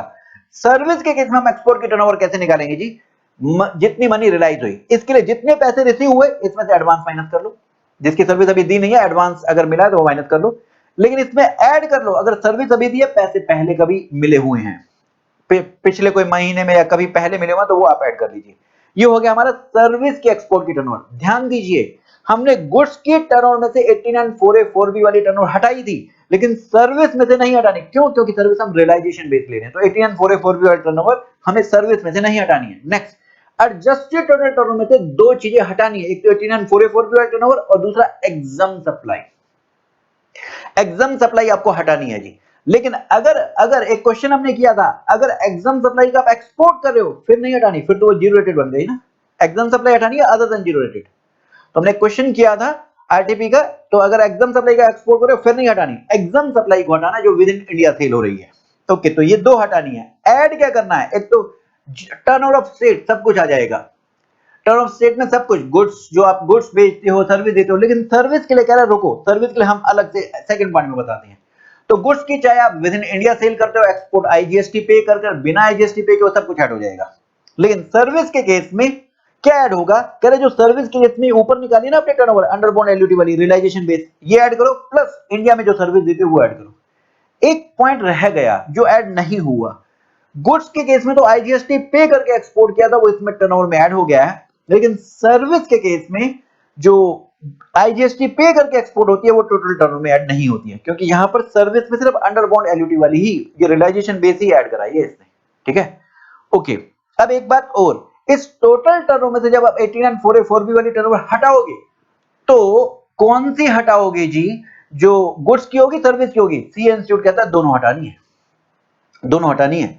और एक बात और, जब आप गुड्स का ये निकाल रहे थे, जो एक्सपोर्ट की टर्नओवर आई थी और इंडिया में सिमिलर गुड्स जो बेचते उसका 1.5 गुना, व्हिचएवर इज लेस, ये जो आपने एक्सपोर्ट की टर्नओवर ली, यही टर्नओवर जब आप टोटल टर्नओवर निकाल रहे होगे तो वही ऐड करना जो दोनों में से लेस आया था। ये हमारा ये सर्कुलर बोलता था। ओके, फिर इसके बाद नेक्स्ट, ये तो एक सर्कुलर है कि अगर आपकी डीम्ड एक्सपोर्ट में कोई परचेज है तो ये आप अपना नेट आईटीसी में से हटा देना। 89 4A4B में रिफंड लिया होगा आपने, जी तो हम पहले ही बात कर चुके हैं। इसके ऊपर मैं क्वेश्चन आपको दिखा देता हूं, क्वेश्चन तो हमने कई किए थे, क्वेश्चन आपको दिखा देता हूं।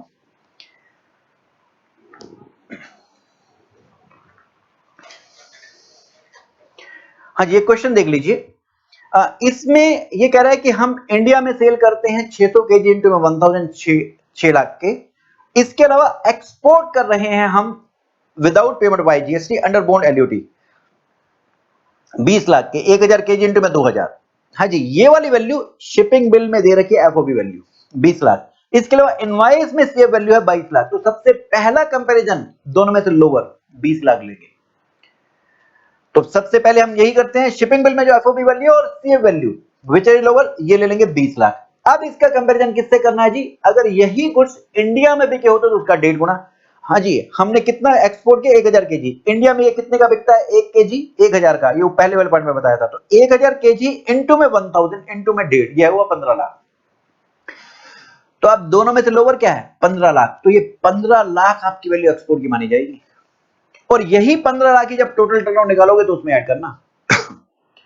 हाँ जी, तो यहां पर 20 लाख आपकी एक्सपोर्ट वैल्यू नहीं मानी जाएगी, 15 लाख आपकी एक्सपोर्ट वैल्यू मानी जाएगी। नेक्स्ट, सर्विस के केस में एडवांस रिसीव हुआ था 50,000 का, टोटल पैसे रिसीव हुए 10.5, 10.5 में से 50,000 माइनस कीजिए, सर्विस वैल्यू 10 लाख आ गई। Next, with in India service दिया 4 लाख की। इनपुट का क्रेडिट दे रखा है, कैपिटल गुड्स का क्रेडिट दे रखा है, इनपुट सर्विस का क्रेडिट ले रखा है। हमें कैपिटल गुड्स के क्रेडिट से मतलब नहीं है, हमें सिर्फ इनपुट और इनपुट सर्विस के क्रेडिट से मतलब है। 1 और 3 टोटल कितना हो गया? 4 लाख। नेट आईटीसी आ गया 4 लाख। अगर इसमें से 89 4A4B वाला आईटीसी होता तो माइनस कर देते। अगले क्वेश्चन में यही था, ये 89 4A4B वाला आईटीसी है तो हमने यहां से माइनस किया था, लेकिन अभी है नहीं इस क्वेश्चन में तो हमने यहां से माइनस नहीं किया। तो अगले क्वेश्चन मैंने आपको करा रखे हैं, बस मैं यही कराऊंगा आपको। तो यहां पर आपका 4 लाख नेट आईटीसी आ गया, ठीक है जी। इनटू में ऊपर लेनी है टर्नओवर गुड्स की और सर्विस की, जीरो रेटेड वाली, वो हमने निकाली है। गुड्स के लिए निकाली है 15 लाख, सर्विस के लिए निकाली है 10 lakh, divided by total turnover. Total turnover कैसे निकालेंगे? गुड्स की विद इन इंडिया सेल थी 6 लाख, तो हमने 6 लाख ऐड किया, प्लस एक्सपोर्ट वाली गुड्स की टर्नओवर 15 लाख, ये हमने ऐड करी, सर्विस की एक्सपोर्ट वाली 10 लाख, सर्विस की विद इन इंडिया 4 लाख, तो टोटल टर्नओवर आएगी 35 लाख। तो हमने डिवाइड कर दिया 35 लाख से, ये आपका मैक्सिमम रिफंड निकल कर आ जाएगा। चलिए वापस आते हैं। हाँ जी, इसके बाद नेक्स्ट पॉइंट 89 4A4B हो गया। एक सर्कुलर आया आपके लिए, कौन सा? इलेक्ट्रिसिटी अगर आप एक्सपोर्ट करते हैं तो फिर आप रिफंड की एप्लीकेशन कैसे लगाएंगे? हाँ जी, इलेक्ट्रिसिटी के लिए कोई शिपिंग बिल बनता नहीं, वो कोई ट्रक में लोड होकर जाती नहीं, वो शिप में जाती नहीं, उसके लिए तो तारें लगी हुई हैं और इलेक्ट्रिसिटी तारों के थ्रू एक्सपोर्ट हो रही है। अब कितनी एक्सपोर्ट हुई ये पता कैसे लगे? क्या प्रॉपर अभी तो तारों को हाथ लगा कर देखेगा कितनी इलेक्ट्रिसिटी गई है? इतनी हाई टेंशन 1.5 लाख वोल्ट के करंट है, उसमें जल जाएगा, हड्डियां भी नहीं बचेगी। तो उसका तरीका इन्होंने बताया, बोले आप एक काम करो, इलेक्ट्रिसिटी जब एक्सपोर्ट हुई, इसे मान ले बिना जीएसटी पे के एक्सपोर्ट हुई, ये मान लो, तो बिना जीएसटी पे एक्सपोर्ट हुई। दूसरा, इसके लिए क्योंकि बिना जीएसटी पे एक्सपोर्ट हुई तो आपको शिपिंग बिल तो होगा नहीं, RFD 01 एप्लीकेशन लगाओ। अच्छा, जब आप एप्लीकेशन लगाते हैं क्रेडिट लेजर डेबिट करते हैं, लेकिन यहां पर अभी क्रेडिट लेजर डेबिट नहीं करना, इसमें एंड में करना डेबिट, अभी आएगा क्रेडिट लेजर, अभी डेबिट नहीं करना। अब इसके साथ में रिफंड के एप्लीकेशन को डॉक्यूमेंट्री एविडेंस लगाने होते हैं। कौन से डॉक्यूमेंट्री एविडेंस लगाएं? हाँ जी, इनवॉइस की नंबर डेट प्लस एक यूनिट कितने की आप इलेक्ट्रिसिटी बेच रहे हैं, ये आपका एक्सपोर्ट का, जिससे मान लीजिए आप नेपाल में एक्सपोर्ट करें तो उस बार के साथ कॉन्ट्रैक्ट हुआ होगा, वो कॉन्ट्रैक्ट की कॉपी भी लगा देना। ये थर्ड पॉइंट में उस कॉन्ट्रैक्ट की कॉपी भी लगा देना, इनवॉइस की नंबर डेट बता दो जो एक्सपोर्ट इनवॉइसेस हैं। नेक्स्ट, यहां पर शिपिंग बिल नहीं बनता, तो शिपिंग बिल की जगह भाई एक्सपोर्ट फिर किससे पता लगेगा? इसके लिए गवर्नमेंट की कमेटी है आरपीसी, रीजनल पावर कमेटी, इसने ये एनर्जी अकाउंट मंथली अपलोड करती है, रीजनल एनर्जी अकाउंट। इसमें एक स्टेटमेंट होती है इलेक्ट्रिसिटी कितनी एक्सपोर्ट हुई, वो वाली स्टेटमेंट लगा देना जी।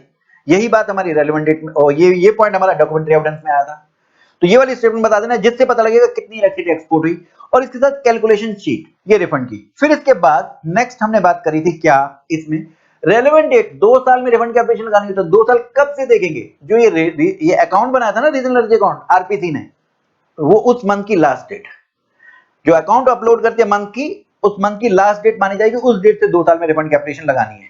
अच्छा, रिफंड का फॉर्मूला, क्योंकि हमने बिना जीएसटी पे क्यों एक्सपोर्ट मानी, तो यही होगा नेट आईटीसी इनटू में ऊपर एक्सपोर्ट वाली turnover divide by adjusted total turnover. हाँ जी, यहां पर एक्सपोर्ट की वैल्यू कैसे निकालेंगे, जितनी एनर्जी एक्सपोर्ट हुई क्वांटिटी उसकी यूनिट्स में, इनटू में जो आपका कॉन्ट्रैक्ट हुआ था पर यूनिट इलेक्ट्रिसिटी कितने की आप एक्सपोर्ट करोगे उससे मल्टीप्लाई कर दो। अब ये एनर्जी एक्सपोर्ट की क्वांटिटी कैसे निकालेंगे, आपने इनवॉइस बनाया होगा, और दूसरा ये रीजनल एनर्जी अकाउंट के स्टेटमेंट, उसमें इलेक्ट्रिसिटी कितनी एक्सपोर्ट यूनिट्स होंगे, दोनों में से जो लोअर होगा, दोनों में से जो लोअर, क्योंकि आप इनवॉइस ज्यादा का बना सकते हैं, तो दोनों में जो लोअर होगा वो आपकी क्वांटिटी जितनी एनर्जी एक्सपोर्ट हुई इनटू में जितना पर यूनिट आपका कॉन्ट्रैक्ट हुआ था हम इतना एक्सपोर्ट करेंगे, तो ये दोनों में से लोअर होगा। नेक्स्ट, अगर ये इलेक्ट्रिसिटी अभी जीएसटी लगता नहीं इसके ऊपर में, तो जो एडजस्टेड टोटल टर्नओवर निकालोगे उसमें से, क्योंकि इलेक्ट्रिसिटी एग्जम्प्ट है, तो जितनी इलेक्ट्रिसिटी इंडिया में बेची वो उसमें से हटा देना, वो उसमें से हटा देना, लेकिन जो इलेक्ट्रिसिटी एक्सपोर्ट कर रहे हो वो आपकी टर्नओवर में आएगी, वो तो एग्जम्प्टेड है, फिर भी आप एक्सपोर्ट कर रहे हो वो आपकी टर्नओवर में आएगी। और जो इंडिया में आप बेच रहे हैं उससे रिलेटेड इनपुट इनपुट सर्विस का क्रेडिट भी मत लेना। अब प्रॉपर ऑफिसर जो तुमने स्टेटमेंट सारे डॉक्यूमेंट दिए इनको चेक करेगा, वेरीफाई करेगा और आपको एक रिक्वेस्ट करेगा कि अब आप अपने क्रेडिट को डेबिट कर दो, तो अब उसको प्रूफ मिल जाएगा, डेबिट आपने कर दिया, फिर उसको रिफंड को प्रोसेस करेगा। हम रिवीजन कर रहे हैं चैप्टर नंबर 16 रिफंड में इन्वर्टेड ड्यूटी स्ट्रक्चर का। तो मेन बैच वाले बच्चे फटाफट से आ जाए 16.31 पर और फास्ट बैच 16.15 पर। इन्वर्टेड ड्यूटी या इन्वर्टेड टैक्स स्ट्रक्चर में हम बात क्या करते हैं, परचेज पर जीएसटी का रेट ज्यादा है, जैसे एग्जांपल 18% है, सेल पर जीएसटी का रेट कम है, जैसे 5% है, तो यहां पर हमेशा ही आपका नेट आईटीसी परचेज का क्रेडिट खड़ा ही रहेगा, तो वो कहते हैं रिफंड ले लो जी। लेकिन ध्यान दे, परचेज प्रोडक्ट एक्स किया, सेल भी आप इसी प्रोडक्ट एक्स को कर रहे हैं, मतलब आप ट्रेडर हैं, फिर तो सेम ही रेट होगा ना, फिर इन्वर्टेड वाला केस नहीं है। हाँ जी, यहां पर ये भी ध्यान रखना, परचेज एक्स किया 1 अप्रैल को, जून में रेट गवर्नमेंट ने कम कर दिया, तो उसी एक्स को ही बेच रहे हो ना, ट्रेडर हो आप भाई, कुछ मैन्युफैक्चर का थोड़ा बेच रहे हो, तो आपका प्रोडक्ट सेम बेच रहे हो, तो यहां पर आपको कोई रिफंड नहीं मिलेगा, नहीं मिलेगा, ट्रेडर को हम रिफंड नहीं दे रहे भाई, उससे कुछ बनाओगे उस पे रेट कम होगा ना, नहीं तो जिस चीज को परचेज करो उसी को बेच रहे हो, उस पे रेट कम है, वो अलग अलग टाइम पर की डेट के गवर्नमेंट ने कोई रेट कम कर दिया, वो कह रहे हम यहाँ रिफंड नहीं देंगे। हाँ, लेकिन एक सर्कुलर था, वो ये था, परचेज पर 18, वही प्रोडक्ट सेल, एक्स प्रोडक्ट को ही सेल, हाँ, लेकिन हम किसी मर्चेंट एक्सपोर्टर को बेच रहे हैं, वो 9 कंडीशन फुलफिल करे तो 0.1% हम टैक्स लगाते थे। तो जो हम ये 0.1% लगा रहे हैं, किस वजह से लगा रहे हैं, क्योंकि कंसेशनल नोटिफिकेशन है, इस केस में सप्लायर को ये इन्वर्टेड केस माना जाएगा और रिफंड मिल जाएगा। हाँ जी, वैसे सेम जिस चीज को परचेज किया उसी को सेल कर रहे हैं, तो हम रिफंड नहीं देते, ट्रेडर हो आप। लेकिन अगर आप मर्चेंट एक्सपोर्टर को बेच रहे हैं तो किसी कंसेशनल नोटिफिकेशन के थ्रू बेच रहे हैं, तो अगर किसी कंसेशनल नोटिफिकेशन की वजह से जीएसटी का रेट कम कर रखा है, तो ये सर्कुलर ने क्लैरिफाई किया, लेटेस्ट सर्कुलर ने, इस केस में रिफंड मिल जाएगा, तो इस केस में सप्लायर को रिफंड मिल जाएगा। ओके जी, हाँ जी, यहां ध्यान दीजिए, इन्वर्टेड वाले केस में परचेज पर जीएसटी का रेट, परचेज पर जीएसटी का रेट हमने बोला 18 है, सेल पर 5 है, मिल जाएगा जीएसटी पर, लेकिन निल नहीं होना चाहिए, अगर सेल पर निल है या एग्जम्प्ट है फिर नहीं मिलेगा, सेल पर निल है या एग्जम्प्ट है फिर नहीं मिलेगा। नंबर 2, अगर नोटिफाइड गुड्स हैं, जैसे soybean oil, olive oil notified है, इनके लोन बोल रखा है, भले ही इन्वर्टेड वाला केस हो, परचेज पे जीएसटी रेट ज्यादा हो, हम रिफंड नहीं देंगे जी। या नोटिफाइड सर्विसेज है, जैसे वर्क्स कॉन्ट्रैक्ट सर्विस, तो हम रिफंड नहीं देंगे, हम रिफंड नहीं देंगे। लेकिन इन्हीं गुड्स को अगर आपने एक्सपोर्ट किया या एसेट को सप्लाई करी, फिर वो जीरो रेटेड है, अगर आप एक्सपोर्ट कर रहे हैं तो जीरो रेटेड है, फिर रिफंड मिल जाएगा। हम इन्वर्टेड में मना कर रहे हैं, अगर आप इन्हीं गुड्स को, जो जिनके लिए इन्वर्टेड के लिए रिफंड नोटिफाइड तब मना था, लेकिन इनको आप एक्सपोर्ट करते हैं तो वो जीरो रेटेड है, फिर आपको इनपुट सर्विस के रिफंड मिल जाता है। इसके लिए आप एप्लीकेशन लगाते हैं 2 साल में, कब से, जो इन्वर्टेड वाली रिटर्न की ड्यू डेट है उस डेट से 2 साल में, और इसमें कंज्यूमर वेलफेयर फंड में पैसे नहीं डालेंगे, आपको हम रिफंड दे देंगे, ये एक्सेप्शन में कवर होता था। हाँ जी, इसका निकालने का तरीका क्या है जी, निकालने का तरीका, नेट आईटीसी, जो हमने रूल 18 में पढ़ा, नेट आईटीसी, वो इनपुट और इनपुट सर्विस दोनों का क्रेडिट देखते थे, यहां सिर्फ इनपुट का, कैपिटल गुड्स इनपुट सर्विस के क्रेडिट का रिफंड नहीं मिलता, यहां पर सिर्फ इनपुट का, सिर्फ इनपुट का। तो हम इनपुट के परचेज का टैक्स ऊपर लिखेंगे, इनपुट के परचेज का टैक्स कैसे निकालेंगे भाई, हो सकता है आप इन्वर्टेड वाली भी सेल कर रहे हो, दूसरे गुड्स भी सेल कर रहे हो, जिनमें जो इन्वर्टेड वाला केस नहीं है, तो आप एक काम करें, इनपुट के नेट आईटीसी को इनटू में ऊपर टर्नओवर इन्वर्टेड वाली, नीचे टोटल एडजस्टेड टोटल टर्नओवर, नीचे एडजस्टेड टोटल टर्नओवर, ठीक है जी। लेकिन ध्यान रहे इनपुट का ही क्रेडिट देखना और कुछ नहीं। अब इसमें से आप सेल का टैक्स माइनस करेंगे। सेल का टैक्स कैसे, ये अमेंडमेंट हुई है, कैसे माइनस करना है। अभी तक आप क्या करते थे, जो इन्वर्टेड वाली सेल हुई है उस पे टैक्स निकाल देते, तो माइनस कर लेते थे। अब कह रहे नहीं नहीं नहीं, ऐसे नहीं।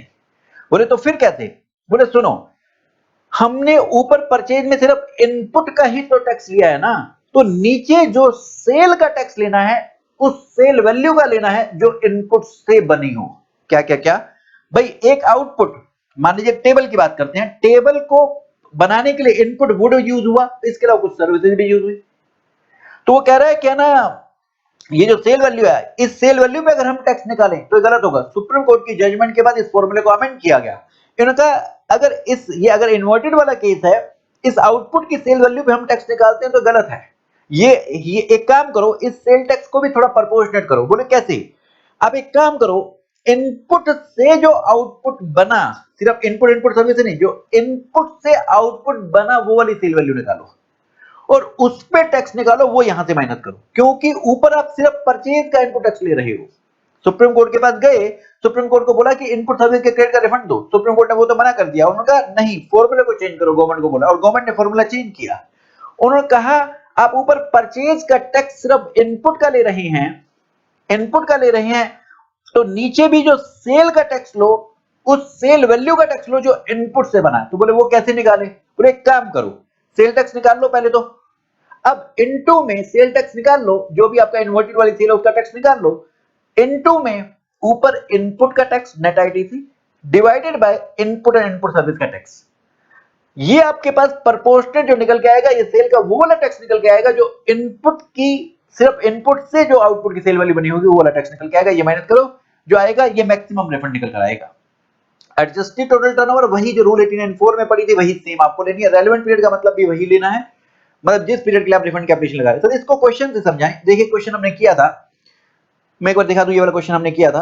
हाँ जी, एक डोमेस्टिक प्रोडक्ट ए बेचते हैं, जिस पे सेल पर 5 है, परचेज पर 18 है। तो ये परचेज पे ज्यादा है, सेल पे कम है, तो ये इन्वर्टेड वाला केस है। 40 लाख की सेल है। इसके अलावा नॉन इन्वर्टेड टर्नओवर, मतलब जिसमें परचेज सेल पे जीएसटी ग्रेड सेम है, वो हमारी 60 लाख की टर्नओवर है, तो टोटल 16 लाख होगी। ये हमारी टोटल टर्नओवर होगी। अब हम क्या करेंगे, यहां पर हमारे पास इनपुट का कैपिटल गुड्स को इनपुट सर्विस का आईटीसी दे रखा है, इसमें सिर्फ हमें इनपुट का उठाना है। रूल 1895 के लिए इनपुट का उठाना है, ये है 6 लाख, तो नेट आईटीसी हो गया 6 लाख। अब इसे हम प्रोपोर्शनेट करेंगे, नेट आईटीसी इनटू में, हम इनटू में करेंगे क्या, इनटू 40 डिवाइडेड बाय 100। तो ये हमारा आ गया वो वाला परचेज का टैक्स जो इन्वर्टेड से रिलेटेड है, ये आ गया 2,40,000। अब इसमें से हमें सेल का टैक्स माइनस करना। सेल का टैक्स पहले हम क्या करते थे, जो हमारी इन्वर्टेड वाली टर्नओवर है 40 लाख, इस पे 5% लगाया, 2 लगाया, ये 2 लाख हम 2,40,000 में से माइनस कर लेते थे। अब कह रहे नहीं, 2 लाख इनटू में नेट आईटीसी जो आपका इनपुट का टैक्स था divided by input plus input service का, 6 लाख प्लस 2 लाख, तो 8 लाख से डिवाइड करेंगे। तो अब ये आया 1.5 लाख। तो अब हम 2,40,000 में से 1.5 लाख माइनस करेंगे, तो आपका रिफंड बनेगा मैक्सिमम 90,000। पहले कितना बनता था, 240 में से 2 लाख माइनस 40,000 रिफंड बनता था। तो अमेंडमेंट के बाद, सुप्रीम कोर्ट के जजमेंट के बाद, ये रिफंड अब आपका ज्यादा बन रहा है। तो अब हम सेल का टैक्स पूरा नहीं माइनस कर रहे, सेल के टैक्स को भी प्रोपोर्शनेटली रिड्यूस करा रहे हैं। सेल कौन सी सेल, जो इनपुट के यूज करने से जो सेल वैल्यू बनी उसका टैक्स निकलवा रहा है। वो कैसे निकालता है, कह रहे सेल का टैक्स इनटू में ऊपर इनपुट का tax net ITC divided by input plus input service का टैक्स। तो ये प्रोपोर्शनेट इनपुट से जो सेल वैल्यू बनी उस पे टैक्स निकला, ये हमने माइनस किया है। ये 240 में से 1.5 लाख, तो ये हमारा मैक्सिमम रिफंड कितना बना जी, 90,000। ठीक है जी, चलिए वापस आते हैं हम। हाँ जी, यहां पर एक दो बातें और, वो ये कि अगर मान लीजिए आप मल्टीपल इनपुट यूज करते हैं और किसी पर जीएसटी का रेट कम है, किसी पे ज्यादा है, यहां एग्जांपल से समझें, आप इनपुट ए और बी यूज करते हैं, इनपुट ए पर 5%, इनपुट बी पर 18%, इससे हमने आउटपुट वाई बनाया जिस पर जीएसटी का रेट है 12। अगर अब मैं इन्वर्टेड वाला केस चेक करूं, परचेज पर इनपुट बी में 18 है, सेल पर 12 है, परचेज पर ज्यादा है, तो इन्वर्टेड वाला केस है, यहां रिफंड बनता है। लेकिन अगर इनपुट ए से कंपैरिजन करूं, परचेज पर 5 है, सेल पर 12 है, ये इन्वर्टेड वाला केस नहीं है। तो क्या मैं नेट आईटीसी में इनपुट ए और बी दोनों के आईटीसी को कंसीडर करूं? आंसर है हाँ, दोनों के आईटीसी को कंसीडर करो। आंसर ये सर्कुलर ने क्लैरिफाई किया। नेक्स्ट एक बात और, नेक्स्ट पेज पे आएंगे। हाँ, नेक्स्ट पेज पे आएंगे। क्या इनपुट में अगर कोई गुड्स ऐसी हैं जैसे स्टोर स्पेयर, पैकिंग मटेरियल या फिर प्रिंटिंग एंड स्टेशनरी जो उस प्रोडक्ट को बनाने के लिए डायरेक्टली यूज नहीं हो रहे, क्या फिर भी ये इनपुट की डेफिनेशन में आएंगे? जी हाँ, ये इनपुट की डेफिनेशन में आएंगे। और स्टोर स्पेयर्स को अगर आपने कैपिटलाइज नहीं किया है, प्रॉफिट एंड लॉस में रेवेन्यू एक्सपेंसेस बुक किया, क्या इसे भी आप इनपुट की डेफिनेशन में कंसीडर करेंगे? जी हाँ, इसे हम कंसीडर करेंगे। नेक्स्ट इसके बाद सेक्शन 55, कुछ लोगों को परचेज पे जीएसटी का रिफंड मिल जाता है जी। Special agency of UNO, multilateral financial institution जैसे वर्ल्ड बैंक, एम्बेसी जैसे यूएसए की एम्बेसी है, तो कुछ नोटिफाइड पर्सन जैसे UN, international organisation, foreign diplomatic mission, या नोटिफाइड पर्सन में एक सीएसडी भी है। सीएसडी के लिए उन्होंने बोला 50% जीएसटी का रिफंड मिलेगा। बाकी इन दोनों के लिए, यूएन और फॉरेन डेवलपमेंट मिशन को, जो परचेज करी होगी उस पर जो जीएसटी पे किया होगा 100% रिफंड मिल जाएगा। रिफंड एप्लीकेशन इन्हें क्वार्टरली लगानी होगी। रिफंड एप्लीकेशन क्वार्टरली लगानी होगी। फॉर्म नंबर है RFD 10। इसके साथ में इनको एक जीएसटीआर 11 जो परचेज की डिटेल है ये भी सबमिट करनी होगी। ये परचेज की डिटेल कैसे बनती है जी? जिन जिन सेलर से इन्होंने परचेज किया होगा उन्होंने अपनी जीएसटीआर 1 जो डाली होगी, बिल वाइज इनकी डिटेल डाल दी होगी, तो इनकी जीएसटी 11 में ऑटोमेटिक आ जाएगा। एक आपकी नॉलेज के लिए बता दूं, रजिस्ट्रेशन के चैप्टर में आपने पढ़ा था इन्हें यूआईएन लेना होता था। तो इन लोगों को क्या करना है, जब ये परचेज करेंगे तो अपना यूआईएन उनको बता देना ताकि वो इनवॉइस में मेंशन करें। अब जब वो सेलर अपनी जीएसटी 1 फाइल करेगा, बिल वाइज डिटेल डालेगा, उसमें आपका यूएन डाल देगा, तो आपकी जीएसटी 11 में परचेज दिख जाएगी, जिनको परचेज पे जीएसटी का रिफंड मिलता है। इसके बाद इनको एक्नॉलेजमेंट मिलती है। नेक्स्ट मेन बैच 16.44 पे आ जाइए फटाफट से। हाँ जी, अब कंडीशन, ये परचेज पे जीएसटी का रिफंड लेने के लिए आपके पास परचेज इनवॉइस होना चाहिए। इस परचेज इनवॉइस पर यूएन मेंशन होना चाहिए, तभी तो आपकी जीएसटी 11 में आएगा ना। अगर परचेज पर यूएन मेंशन नहीं है तब रिफंड तो देंगे, लेकिन वो अटेस्ट करके देगा ऑथराइज्ड रिप्रेजेंटेटिव, तो ही हम ये रिफंड देंगे। नेक्स्ट, अगर कोई हमारी इंटरनेशनल ट्रीटी है, जैसे यूएन इंटरनेशनल ऑर्गेनाइजेशन, हम इनको रिफंड दे रहे हैं, फॉरेन डिप्लोमेशन को हम रिफंड क्यों दे रहे हैं? क्योंकि जैसे फॉरेन डिप्लोमेशन मतलब इंडिया की फॉरेन कंट्री की एम्बेसी, यूएसए की एम्बेसी, चाइना की एम्बेसी, यहाँ पर हम उनको रिफंड दे रहे हैं। ऐसा क्यों? इंटरनेशनल कमिटमेंट है। हमारी इंडिया की भी एम्बेसी अलग अलग देशों में होगी, तो वो भी वहां कुछ परचेज करते होंगे तो उस पर टैक्स नहीं लगता। इसलिए तो कह रहा है कि अगर कोई ऐसी ट्रीटी या इंटरनेशनल एग्रीमेंट है भारत का किसी देश के साथ में, तो उसमें जो लिखा हुआ है वो इन सेक्शन या रूल के ऊपर प्रिवेल करेगा अगर इनके बीच में इनकंसिस्टेंसी है। मतलब सेक्शन रूल में अगर कोई कॉन्ट्राडिक्शन है तो उसको हम नहीं मानेंगे, हम इंटरनेशनल ट्रीटी को मानेंगे। Next, interest on delayed refund, अगर आपने रिफंड की एप्लीकेशन लगाई और 60 दिन में आपको रिफंड नहीं मिला तो गवर्नमेंट आपको 6% पर एनम के हिसाब से इंटरेस्ट देगी 60 दिन बाद से, till the date of refund, till the date of refund. हाँ जी, अगर आप अपील में गए, अपील में आप जीत गए, आपका रिफंड ऑर्डर बना था, डिपार्टमेंट अपील में चला गया और आप अपील में जीत गए, तो पहले आपने रिफंड एप्लीकेशन लगाई थी ना, तो रिफंड इंटरेस्ट कितना मिलेगा? 6% पर एनम, 6% पर। लेकिन अगर आपका रिफंड ऑर्डर की अगर आपका अपील ऑर्डर की वजह से रिफंड बना और इस ऑर्डर के पास होने के बाद आप रिफंड की एप्लीकेशन लगा रहे हैं, पहले नहीं लगाई थी, तो आपको इंटरेस्ट मिलेगा 9% per annum. Next, section 57 consumer welfare fund. हाँ जी, इस फंड में पैसा कहां से आता है? 3 जगह से। एक तो वो पैसा जो रिफंड ऑर्डर पास हुआ लेकिन आपको रिफंड देना अनजस्ट था, तो वो पैसा आपका कंज्यूमर वेलफेयर फंड में आ जाएगा। अनजस्ट एनरिचमेंट था तो वो पैसा कंज्यूमर वेलफेयर फंड में आ जाएगा। नेक्स्ट, अगर गवर्नमेंट ने कोई ग्रांट दी है वो यहां पर आ जाएगा, और फिर इसको इन्वेस्ट करेंगे इस पैसे को, तो जो इंटरेस्ट इनकम या कोई और इनकम आएगी वो इसमें, ये पैसा आएगा कंज्यूमर वेलफेयर फंड में।